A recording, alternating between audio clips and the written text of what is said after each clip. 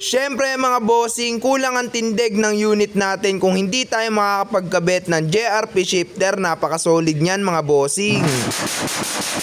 Yo yo yo yo, what up mga bossing? For today's video nga mga boss, samahan nyo muna ako magkabit ng shifter na JRP. Talagang napaibig na nga tayo sa JRP mga bossing, kaya lahat ng mga nakakabit na pyesa dito kay Virador na FI, solid talaga basta JRP. Boss Renz, baka naman amang parinig na naman dito si bossing, aray ko. Alam nyo ba kung bakit puro JRP yung ikinabit natin na pyesa dito kay Virador na FI? Malamang wala naman magtatanong mga bossing, pero ikikwento ko na nga lang sa inyo mga boss. Dati kasi mga bossing, wala pa nga tayong motor noon at may nakita nga akong isang napaka-solid na motor at puro JRP nga yung nakalagay sa motor niya. Wala lang mga bossing, gusto ko nga lang gayahin dahil naangasan nga ako sa tindigan ng motor niya. Kaya simula noon mga bossing, tumatak na nga sa isipan natin yung JRP at di ko nga alam yung meaning yan, ngayon ko nga lang nalaman. Basta kasi Thai concept mga bossing, hindi talaga mawawala yung JRP parts. Ako nagbabala ka magbuo ng motor mga bossing, syempre straight JRP rin yung piliin mo. Pero bago matapos tong video natin mga bossing, shoutout nga lang natin tong mga bagong followers natin dito sa FB page natin na Virador na FI. Big shoutout nga dito sa followers natin na si John Leo Hermes. Shoutout sa iyo bossing, kay Cyrus, kay Sydney James, kay Tongix. Yan, shoutout sa inyo mga boss.